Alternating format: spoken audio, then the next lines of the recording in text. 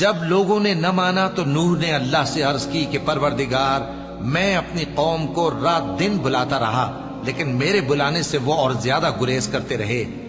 جب میں نے ان کو بلایا کہ توبہ کریں اور تو ان کو معاف فرمائے، تو انہوں نے اپنے کانوں میں انگلیاں دے لی اور اپنے اوپر کپڑے اوڑھ لیے اور اڑ گئے اور خوب تکبر کرنے لگے۔ پھر میں ان کو بلند آواز سے بھی بلاتا رہا، پھر علانیہ بھی اور رازداری سے بھی سمجھاتا رہا۔ پھر میں نے کہا کہ اپنے پروردگار سے معافی مانگو کہ وہ بڑا معاف کرنے والا ہے، وہ تم پر آسمان سے موسلا دھار میں برسائے گا اور تمہارے مال اور بیٹوں میں اضافہ کرے گا اور تمہیں باغ عطا کرے گا اور ان میں تمہارے لیے نہریں بہا دے گا۔ تم کو کیا ہوا ہے کہ تم اللہ کی عظمت کا اعتقاد نہیں رکھتے، حالانکہ اس نے تم کو طرح طرح کی حالتوں میں پیدا کیا ہے؟ کیا تم نے نہیں دیکھا کہ اللہ نے 7 آسمان کیسے اوپر تلے بنائے ہیں اور چاند کو ان میں روشن بنایا ہے اور سورج کو چراغ بنا دیا ہے؟ اور اللہ ہی نے تم کو زمین سے ایک خاص طرح سے پیدا کیا ہے، پھر اسی میں تمہیں وہ لوٹا دے گا اور اسی سے تم کو نکال کھڑا کرے گا۔ اور اللہ ہی نے زمین کو تمہارے لیے فرش بنایا تاکہ اس کے بڑے بڑے کشادہ رستوں میں چلو پھرو۔ آخر میں نوح نے عرض کی کہ میرے پروردگار، یہ لوگ میرے کہنے پر نہیں چلے اور ایسوں کے تابع ہوئے ہیں جن کو ان کے مال اور اولاد نے نقصان کے سوا کچھ فائدہ نہ دیا،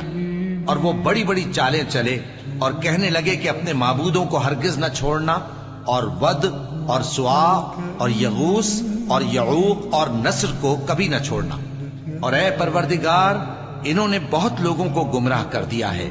اور تو ان ظالموں کو اور زیادہ گمراہ کر دے۔ آخر وہ اپنے گناہوں کے سبب پہلے غرقاب کر دیے گئے،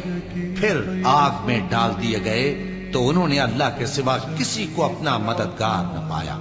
اور پھر نوح نے یہ دعا کی کہ میرے پروردگار، ان کافروں میں سے کسی کو زمین پر بستہ نہ رہنے دے،